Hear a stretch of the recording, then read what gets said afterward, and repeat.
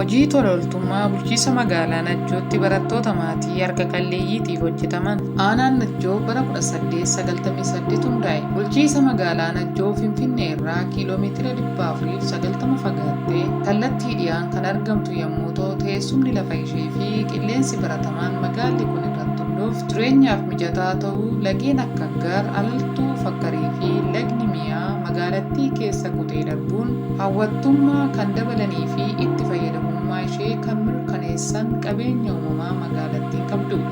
Magaalli kun bakkeewwan seena qabeessaa qotaa Najjoo fi guutee didii kan qabdudha. Magaalaa seena qabeettii fi wiirtuu daldala lixa Oromiyaati. Magaalli kun handhuura ishee keessatti mana barnootaa seena qabeessa hayyoota hedduu biyyaaf gumaachee mana barnootaa sadarkaa tokkoffaa Leetinaal Koloneel Abdiisaa Gaas keessatti argama. Mana barnootaa bultii addaas mootummaa naannoo Oromiyaatiin ijaaramee hojii keessa jira. Yeroo dhiyoo asitti godinaaleen lixa Oromiyaa rakkoolee namtolcheetiin miidhamaa kan jiru yommuu ta'u, bulchiinsi magaalaa Najjoos rakkoo kana keessummeessaa fi dandamachaa irra geesse. Rakkooleen namtolchee mudachaa turan hawaasa bal'aa irratti rakkoo bakka jireenya isaaniitii buqqa'uu, rakkoo akkaataa fedhii ofiitiin qotachuu, daldalachuu fi barachuu kan fide yommuu ta'u, rakkooleen kun walitti hidhamuun rakkoo hawaasummaatiif hawaasa saaxileera.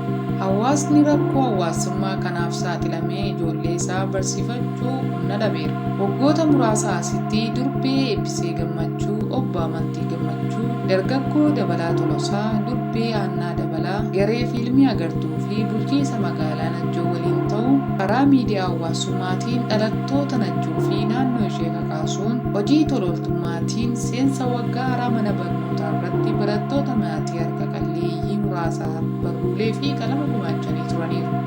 Gareen tola ooltummaa bulchiinsa magaalaa Najjoo keessatti hirmaachaa turan kanaafis xalayyaan beekamtii kennameefii tureera. Egaa hojii tola ooltummaa fedhii keessoo nama dhuunfaa kan gaafatu ta'us hojii kana guutummaa guutuutti rakkoo gama meeshaalee barnootaatiin barattoota maatii harka qalleeyyii keessaa ba'aniif furmaata guutuu kan ta'u osoo hin taane rakkoo muraasaaf fala yeroo ta'uu danda'eera.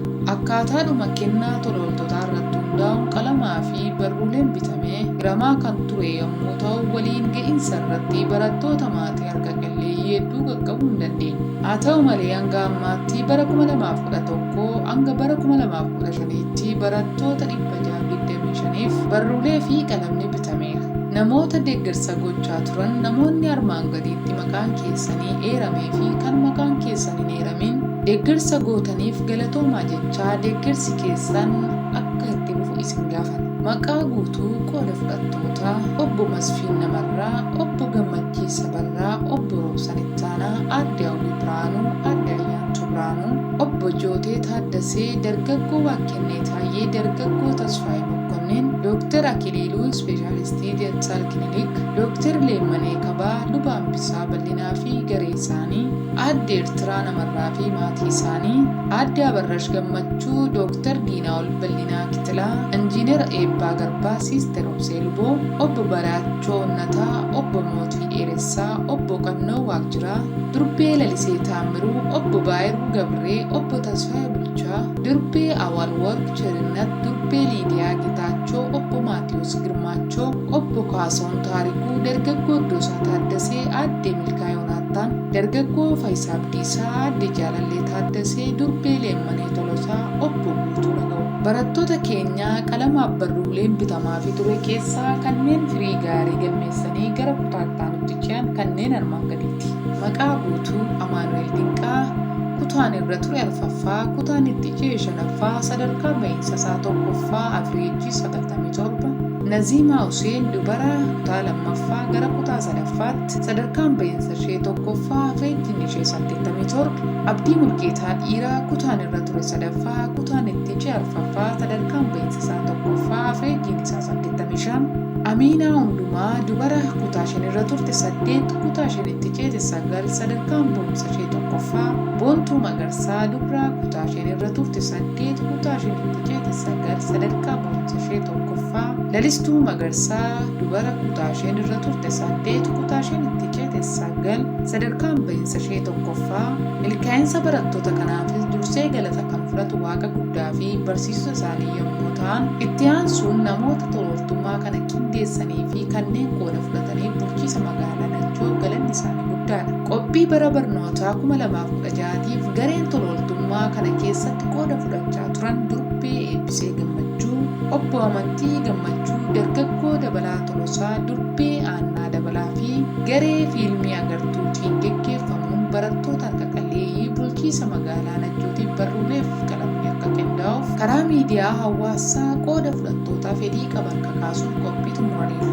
Egaa namni hunduu qaawwa mataa isaa qaba. Namni qabeenyaan of ga'eef sadarkaa jiruuf danqina hin qabne jiru. Namni qananiitiin jiraatu akkuma jiru namni hiyyummaa gadadootiin waadamaa waan garaatti nyaatu kan dhabee fi soorata sammuu kan barbaachisu barnoota sababa barruulee fi qalama hin qabneef kan dhabu barattoota maatii harka qalleeyyii keessaa ba'an mudachaa jira. Rakkoo kanaaf hanga isiniif danda'ametti garee tolooltummaa bulchiisa magaalaa Najjoo fi naannoo isheetiif gareen qindeessaa jiran namoota dhalattoota Najjoof naannoo ishee namoota fedhii qaban kamiyyuu baratanii biyya keessaaf ala jiran dhaabbata mootummaa dhaabbata miti mootummaa jiraattota aanichaa fi daldaaltonni hunduu hanga humna keessanii barattoota harka qalleeyyiitiif soorata sammuu isaaniif ta'u barnoota akka barataniif deeggarsa akka gootaniif dirqama lammummaa fi namummaa waan qabdaniif deeggarsa kana keessatti karaa isiniif danda'ameen akka qooda fudhattan jaalala namummaa obbolummaa fi lammummaa isiniif dhiyeessina. Namoonni hawaasa biratti fudhatamaaf beekamtii qabdan karaa isiniif danda'ame yookaan karaa miidiyaa qabdanii odeeffannoo kana daddabarsaa. Kanneen deeggarsa gochuuf yaada qabdan deeggarsa gochuun dagatina. Yeroon barnoota bara 2016tti eegalamu ga'aa waan jiruuf barruulee fi qalamni yeroon barattoota maatii harka qalleeyyii harka qaqqabuu qaba.